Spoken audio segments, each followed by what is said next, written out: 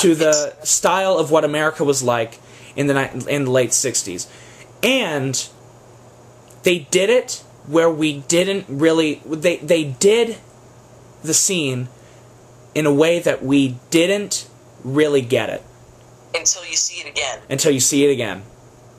And that's what's good about Planet of the Apes. Again, it doesn't shove the social commentary in your face. And also, whatever the social commentary that is there adds to the story. Like, that trial not only shows Taylor what they do to Landon, it also establishes that the apes are like this very religious, ignorant society that will not take any other opinion than what the lawgiver told them. Exactly.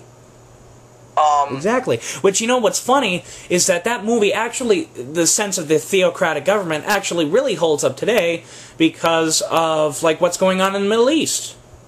Sure, yeah, definitely. And, I mean, even when they made this, and I know this is horrible to say this, when they made this, they had no idea that this was going on. But there is the Sharia law that's going on in, like, Iran and Saudi Arabia and several other countries, and their government is literally written off of their book, the Quran. Their religious text. And, you know... Well, it was the same way back in Puritan Boston. I don't know if you've ever read the book The Scarlet Letter, but I just recently read it for the first time, and that's what that's all about, too. The fact that this woman is pretty much damned by her society because she cheated on her husband. And that was just the power of that religion had on government until the 20th century. Mm-hmm. And even still today, there are a bunch of countries that religion pretty much runs the government. Exactly. Exactly. So the Planet of the Apes movie, though it is not as full of commentary today, or is as significant today. At least to America, but it's still significant to the world. It's significant to the world. Exactly. Exactly. I couldn't have worded it better. Yeah. And you know what? It can still teach us stuff. Because I like to hammer home the point that we learn history in school so we don't repeat it. And I'm going to bring Godzilla up for a second, but that's what my series is all about. It's that if we forget the past, then we're going to keep repeating it. And it's the same in my series. Yes, and that's just one thing that the Planet of the Apes movies will have always. You have to keep showing them to people so they get it, and they'll understand it. And they'll believe what the movie's telling them and know that that's the right opinion. Right. Treat others the way, I guess this is kind of a cliched phrase, but treat others the way you want to be treated. Right. Is pretty much the simplest point the movie's making. Right. I don't know about you, but I think the one thing that people who are like kind of blatantly looking at it, like just trying to take it literally, would say, I don't know about you, but I wouldn't want apes running around, being my neighbors. I'm like, that's not the point. It truly isn't the point. And because they're trying to look at it like, not stupidly, but they're trying to look at it too blatantly. And they don't understand the history that was behind the film. And I think that this is one of those movies that needs to be re-released in theaters. Right. One of the few. Like, I hate to say this because I'm a Star Wars fan, but screw the original Star Wars movies. We've seen that enough. And they've been changed enough. And people get the point of Star Wars. People get that that's one of the greatest series of films ever made. People are starting to forget why the original Planet of the Apes is one of the greatest films ever made. Yeah. It really does need to be re-released in theaters, and not even in 3D, just like in theaters so people will see it again. So people can see it again, exactly. Right. Exactly. And this would be like the last thing we talk about on Planet of the Apes. We need to move on. Yeah.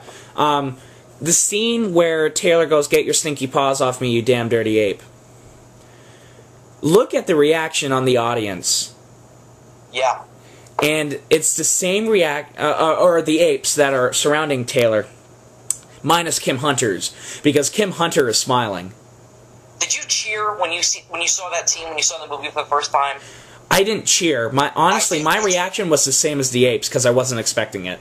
No, I was just kind of like, yeah, you tell him, Taylor. Yeah. Because I was so invested in his character. And it's one of those movies where, like, whenever you watch a movie, and the main character is, like, getting screwed over at every turn, and you're always like, you're yelling at him to do something differently because it'll make the movie, like, go better for him. Yeah. I was doing that. I was like, speak, you asshole, speak! Yeah, well, he couldn't because he was shot in the throat. No, I know, but, you know, it's one of those things where, like, it's just me being a dumb movie fan. Yeah. And then, the last thing, because no Planet of the Apes talk would be complete without talking about that iconic image at the end. Okay, yeah, let's definitely talk about this. I just want to say, when I was watching this movie for the first time, and because my father told me to watch it, and he basically told me what happens, but he didn't tell me the ending. And so that entire movie, I thought we were literally on a different planet. Yeah. Until that shot, so my jaw dropped. At that scene. And you know what's, it's again very subtle.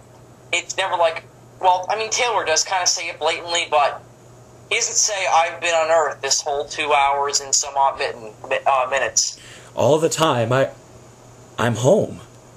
Yeah. That's scary. And then it's Charlton Heston's immortal words. God damn you all to hell! And it's just funny, because suddenly he's like, throughout the entire thing, that humanity is good, but then all of a sudden you get that. Yeah.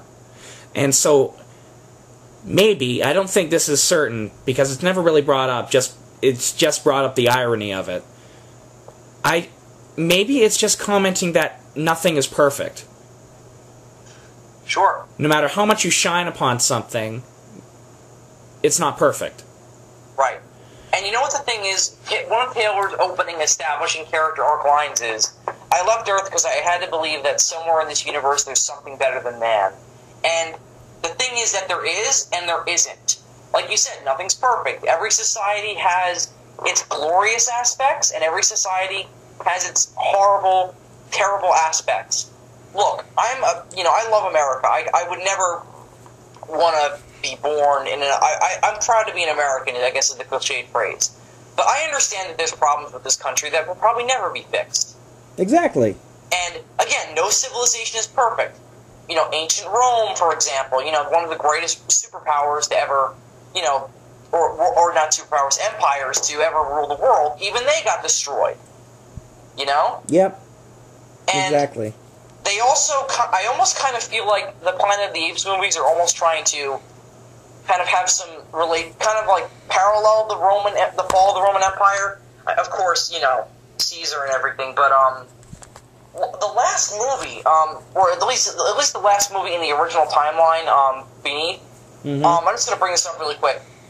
Just the fact that the apes are entirely wiped out by a society they didn't even know existed, with a doomsday weapon. Come on, that's got to be something.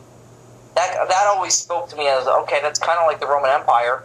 I mean, they didn't really kind of felt that the German, barbarians were really a threat. Mm-hmm. And then they wiped them out. Yep. Which is actually a great segue into Beneath the Planet of the Apes. Well, actually, no. Out of how many, let's rate. You rate out of 5, and I rate out of 4. What would you give the Planet of the Apes? 5 out of 5, easily? Easily, hands down. Yeah, easily 4 out of 4 for me. You know what? Fuck it. I'm going to give it a 6 out of 5. yeah. You know what? I'll give it a 5 out of 4. Jesus. Let's make imperfect fractions. And anyway, so you want to go right to Beneath? Yeah, we'll go into the Beneath now, which, in my opinion, because before we start talking about Beneath, we really need to get into the reason why it was made. I'm not entirely sure, so why don't you go ahead? Yeah. The reason why Beneath the Planet of the Apes was made was, well, first off, Planet of the Apes was a huge success, and it won 2 Academy Awards. Yes. Which brought tons of attention to Fox, giving them some credibility again. And it was a terrible bankruptcy. Can I just bring up the movies that put them in bankruptcy really quick? That's what I was going to get into, yeah. Okay. Okay, go ahead. I was just going to say, and because of the success of the Planet of the Apes movies, suddenly Fox felt like they could make epics and win again. And so what wound up being made? Cleopatra, Dr. Dolittle, Tora, and Patton. And I forgot there was another movie in there, too. Oh, shit. shit. And actually, the sets that were used in that movie were used in Beneath the Planet of the Apes. A few sets. Hello, Dolly. Right. I think the movie was Hello, Dolly. I'm not sure. But, anyways. And so they were investing in tons of money into these movies, to the point where they were over their head. But they were expecting tons of revenue from it, so they were going to make up for it. And, excuse me, and all of them tanked except for Patton. All of them absolutely failed in the box office except for Patton. Which Patton is a great film, and it did extremely well. It won Best Picture of 1970.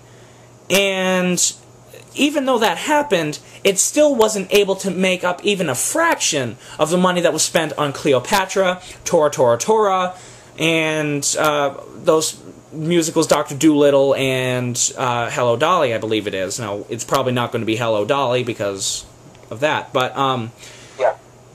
And, basically, 20th Century Fox was bankrupt, because Tora Tora Tora was the most expensive movie ever made at that point. And it didn't even make 10%. It only made like 8% of the actual cost when it was released in theaters. It tanked that bad? It tanked that bad. Oh my god. Well, the thing is that Fox had to sell half their lot in order to not go into bankruptcy. Yeah. And that's why a lot of the sets are reused now in one of those movies, because they didn't have enough room.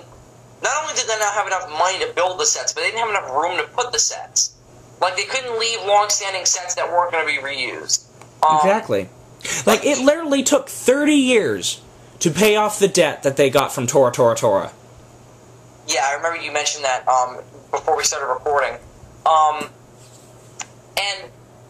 the thing is that Fox was both, they were both blessed by Beneath the Planet of the Apes and kind of cursed, because Charlton Heston did not want to come back at all.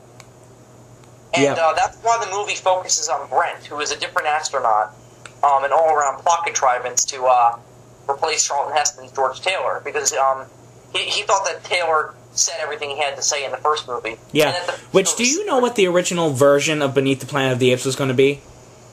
No. It was going to be called Planet of the Humans. Ooh, shit.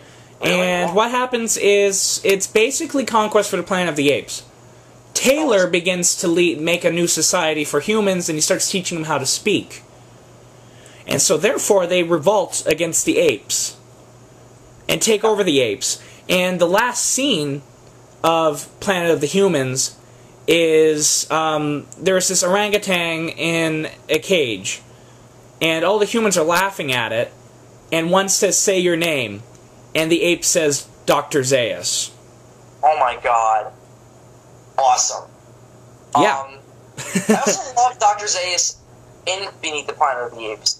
He's a little less of an antagonist than he was in the first movie, but of course that's because they have Ursus, who is all-around badass. Oh my god. His speech. His speech that he gives at the beginning. Yeah. I don't say all humans are evil just because their skin is white, and I forget the rest. No! It's because the only good human is a dead human! That's right. Oh, and then, can we talk about the scene in the steam room now? Because I want to bring that up. Yeah. I don't know how many of you who are listening know this. I'm sure Adam, you do. Yeah. This movie, again, Fox was in huge financial debt. And the makeup isn't as detailed on background apes as it was in the first movie. There's a lot of just kind of throw-on masks, especially in that opening crowd scene we were just talking about. Oh, yeah, it was really bad. Yeah, and it's really obvious because when you see Cornelius and Zero sitting in the audience, it looks like they're like sitting in a Halloween store, surrounded by people in costumes. And it gets a little better as the movie goes on. Like, I think the one scene that actually kind of attempts to do it not very cheap is when the apes, or when the gorillas start to march into the Forbidden Zone, and they leave the Ape City. Yeah. Most of them are, actually makeup and not masks, but again, they don't do a close-up on a lot of them, so you can't see for sure. And once they leave Ape City and go into the Forbidden Zone, you don't see a lot of background apes anymore, so it's not much of a problem. Right. And of course, the mutants makeup we'll get into in a little bit.